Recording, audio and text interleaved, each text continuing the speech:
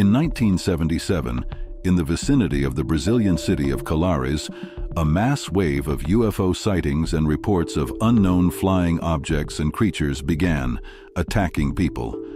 A mass hysteria broke out, lasting for months, during which hundreds of people were injured, many of whom died. This hunt for humans, which lasted for months, forced the Brazilian military to investigate and launch an operation called Prato. Some people among you have a romanticized vision of visitors from other worlds, believing them to be our cosmic brothers, observing humanity's development as benevolent beings who wish us no harm. Although many events and witness statements suggest such a scenario, what do we make of the other side of the coin? What do we make of the events in Brazil, which lasted for months and for which there is no doubt that they really occurred?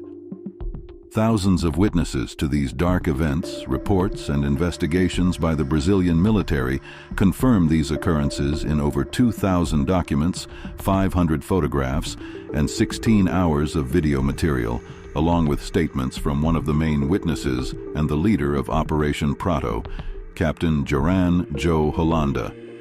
This is one of the most significant events in ufology that cannot be ignored.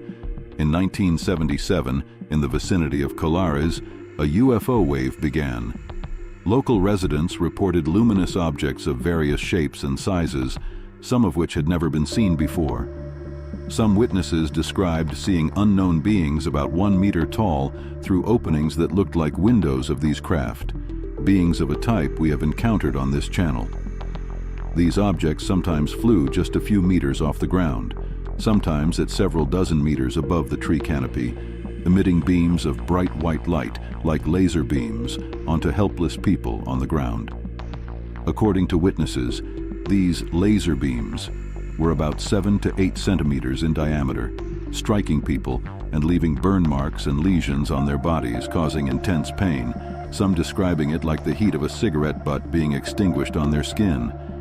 People in panic tried to scream but couldn't make any sound. They were paralyzed. Some lost their hair, and permanent scars were left from these attacks. And don't think for a second that this is some made-up story to scare children. These events happened, and what's even more terrifying is that countless witnesses exist. I won't be able to mention them all in this video. One of the key witnesses was biologist Daniel Rabiso, who treated over 40 victims of these attacks, 2 of whom later died. This man later wrote a book describing these events titled Alien Vampires in the Amazon. The local people referred to these light crafts in the sky as chupa chupa, which literally means the sucker. These events lasted for months, and in panic, the local population began fleeing their homes and shelters. The Brazilian military finally decided to intervene, launching Operation Prato, which means Operation Plate. The investigation was led by Captain Joran Joe Holanda, a crucial witness we'll talk about shortly. The official investigation lasted 4 months and unofficially continued into 1978. The official report concluded that no unusual anomalies were found in the area, though reports of these incidents spread over thousands of kilometers from the city of São Luís in the east to the city of Manaus in the west. Interesting. No unusual anomalies? Did you expect anything different from the authorities? Meanwhile, the attacks stopped, people returned to their homes, and slowly, the events became legend. That was until 1997, when the commander of Operation Prato, who had retired by then, gave an interview to Brazilian UFO researchers Adamaru Gavardo and Marco Antonio Petit. The researchers were stunned by the information they received. Holanda gave very precise and accurate descriptions, remembering events as if they had happened just yesterday. He described how he and his team encountered unknown flying objects of various sizes and shapes almost daily, some of which were over 100 meters in diameter. With precise sketches and drawings, he tried to explain what they had seen. The crafts emitted a sound similar to that of an air conditioning unit when operating. Regarding the attacks on the population, which really occurred, Holanda said the soldiers involved started suffering from various psychological issues and breakdowns after encountering the craft and beings from those crafts. Professional soldiers, mind you. And perhaps this answers a question for those of you who wonder why such things are not made public, or why the existence of extraterrestrial beings is kept secret. But the most interesting part of Captain Holanda's story is his personal encounter with these beings. In the middle of the night, while sleeping in his bed, the room suddenly lit up with bright white light, and two beings appeared behind him. They were about 1.5 meters tall and wore tight black suits resembling soft scuba gear. Holanda couldn't see their facial features because they wore light gray masks covering their faces and heads.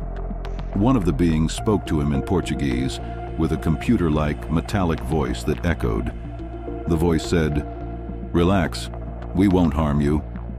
Holanda was terrified, and a few moments later, the beings simply disappeared. The researchers were shocked by the details Holanda provided, describing events that took place during the 4 months of the Brazilian military's investigation. After the initial interview, they agreed on a follow-up meeting where Holanda was supposed to reveal more details about Operation Prato. 3 months after the interview, Jurajan Holanda was found dead, hanging by his bathrobe belt. There was suspicion of suicide, another case of a person dying under suspicious circumstances after going public with such information. Holanda was telling the truth, and this is not one of those stories where everything depends on whether you believe the witness. Holanda was speaking the terrifying truth.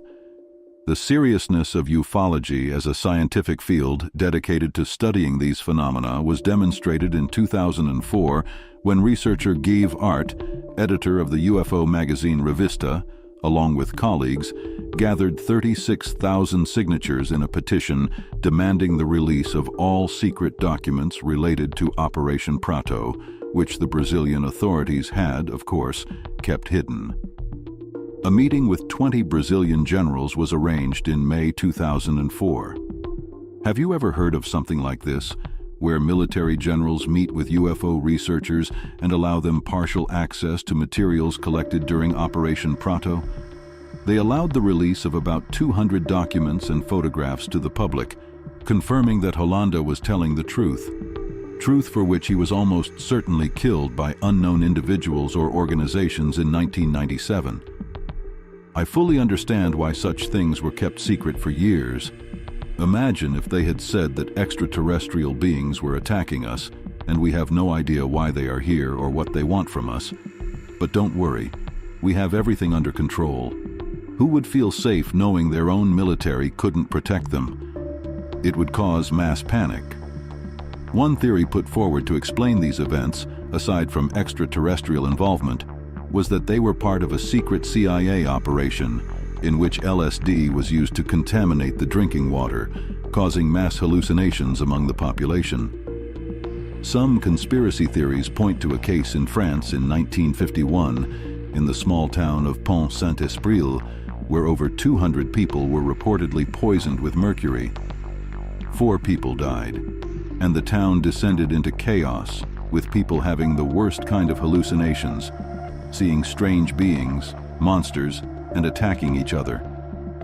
While the official report stated mercury poisoning, some theorists believe it was LSD contamination, with the CIA secretly testing its effects on a large group of people.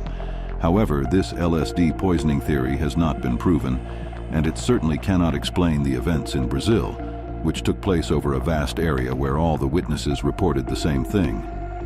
If you're looking for a logical explanation for this case, it doesn't exist. I won't ask you whether you believe what happened, because that's nonsense. These events are reality and fact. But I will ask you something else. What do you think about Operation Prato? What were those beings doing to those people, and why?